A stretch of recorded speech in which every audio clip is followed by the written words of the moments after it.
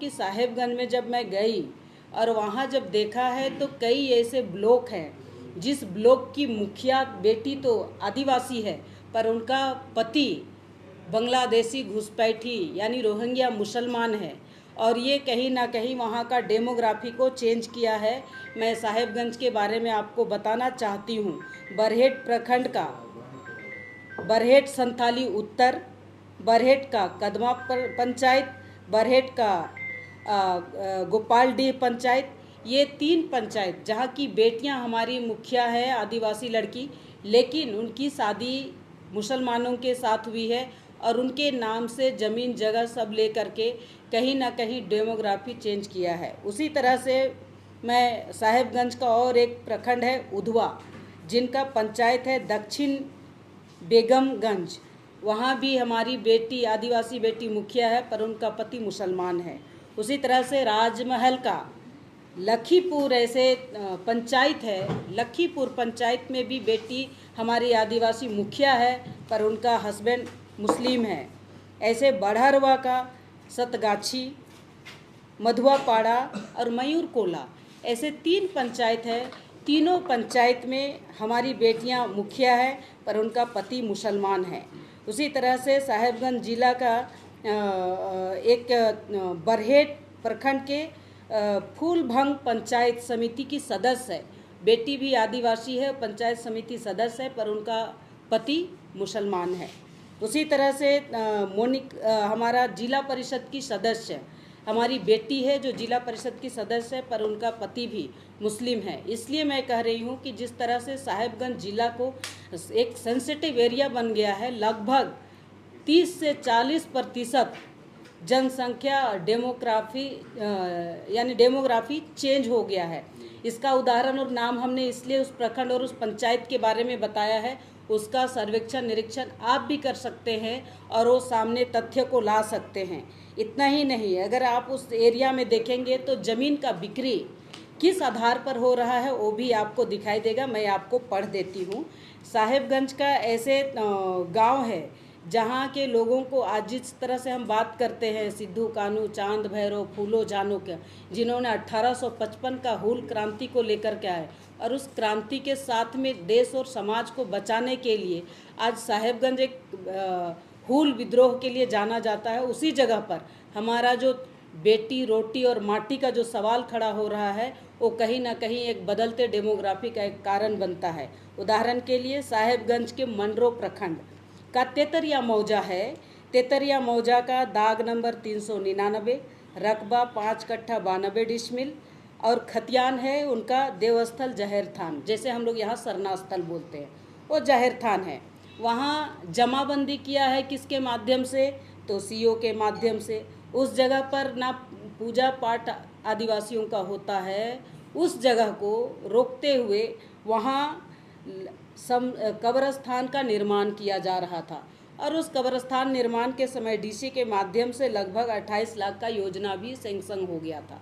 और जब आयोग ने गई और वहाँ जिला प्रशासन के साथ में बैठक करने के बाद सामने ये विषय आया कि ये सैंक्शन क्यों किए, और ये तो जहर थान है जो संथाल परगना टेनेंसी एक्ट के माध्यम से उसको ना सेल किया जाता है ना बेचा जाता है, वो आदिवासियों का पूजा स्थल है जिसको कहीं ना कहीं ध्वस्त करने का प्रयास किया गया। उसी तरह से मैं आपको दूसरा बताना चाहती हूँ, यही मौजा तेतरिया का ही गोचर का भूमि।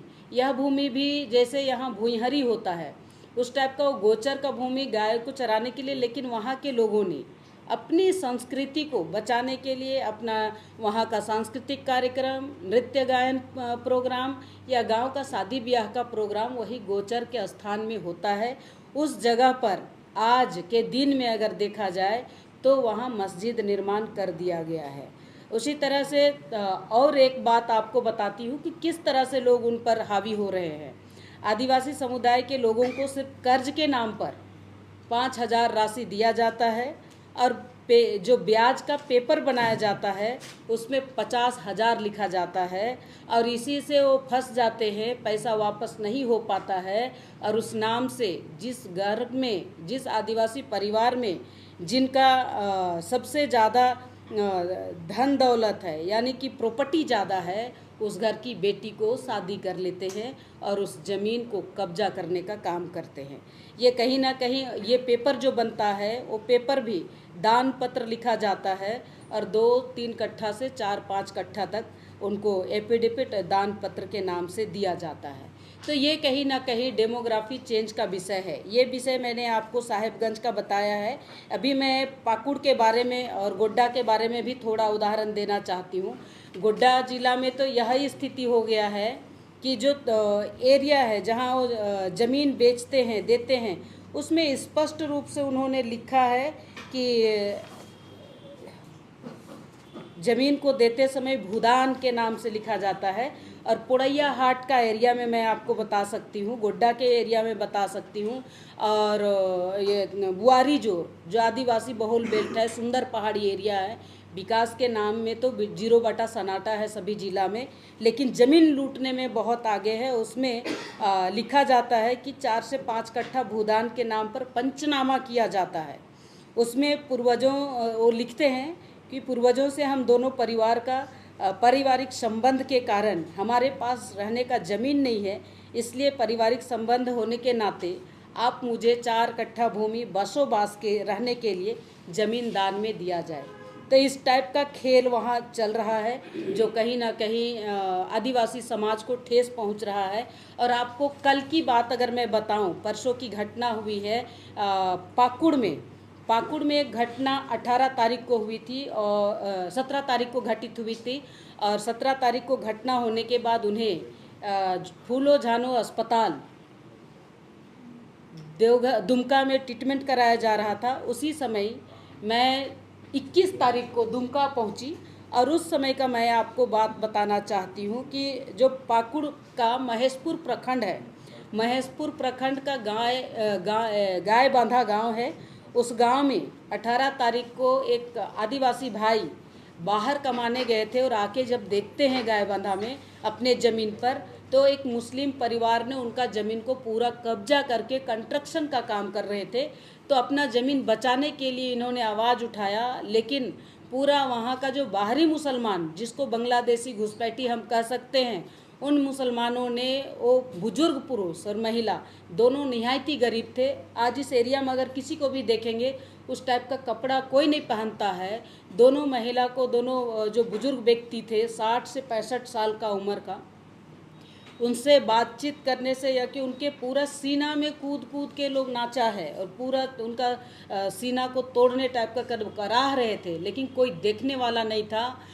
पाकुड़ में किसी तरह का उनके पक्ष में कोई एफआईआर नहीं हुआ और दोनों परिवार के साथ उनकी बहू थी, उनका पूरा कपड़ा को फाड़ दिया गया, लेकिन एट्रोसिटी जैसा कोई यानी कि कोई केस नहीं लगा।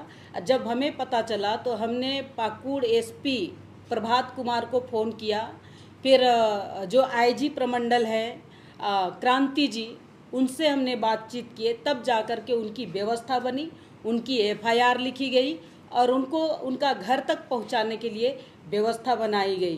तो ये कहीं ना कहीं ये झारखंड का संथाल परगना कहीं ना कहीं डूबता हुआ दिखाई दे रहा है। और उसका परिणाम जब पाकुड़ के छात्रावास और 16-17 संगठन ने मिल करके एक आक्रोश रैली करने के लिए पाकुड़ प्रशासन से परमिशन लिया और उन्होंने परसों उन्होंने एक आवेदन लिखा 26 तारीख को कि हम आक्रोश रैली करना चाहते हैं, आक्रोश रैली में भाग लेना चाहते हैं और उन महिला पुरुष गाय बांधा में जिनका घटना हुआ है उनका प्रतिकार करना चाहते हैं, उनको न्याय दिलाना चाहते हैं।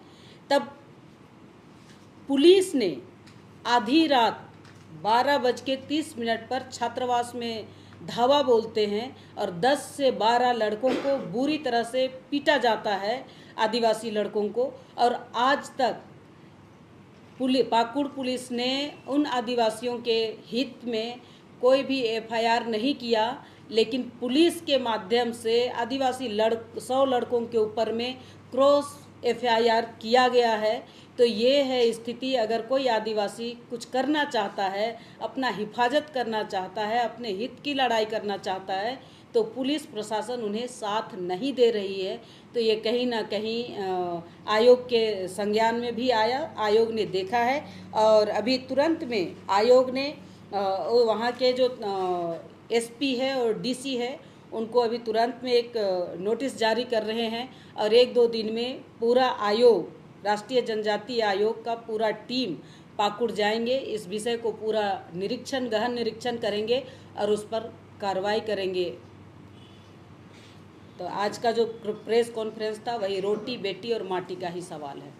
मैम, आपने बताया कि संथाल क्षेत्र में और बाकी जिलों में, रांची में भी तो यही हाँ, आप मेयर भी रही हैं जी, मैं आपको बताऊं, रांची में आपका मांडर का क्षेत्र चले जाइए, आप गुमला में भीखमपुर जो है उनमें चले जाइए, तो यहाँ भी इस तरह का स्थिति है। मैंने इसलिए उदाहरण दिया कि 40 से लगभग 30 से 40% डेमोग्राफी ख़त्म हो चुका है। मैं इतना ही नहीं, मैं वहाँ के लोकल मुसलमान लोग भी आयोग के पास आके मिले और वो भी बहुत परेशान है।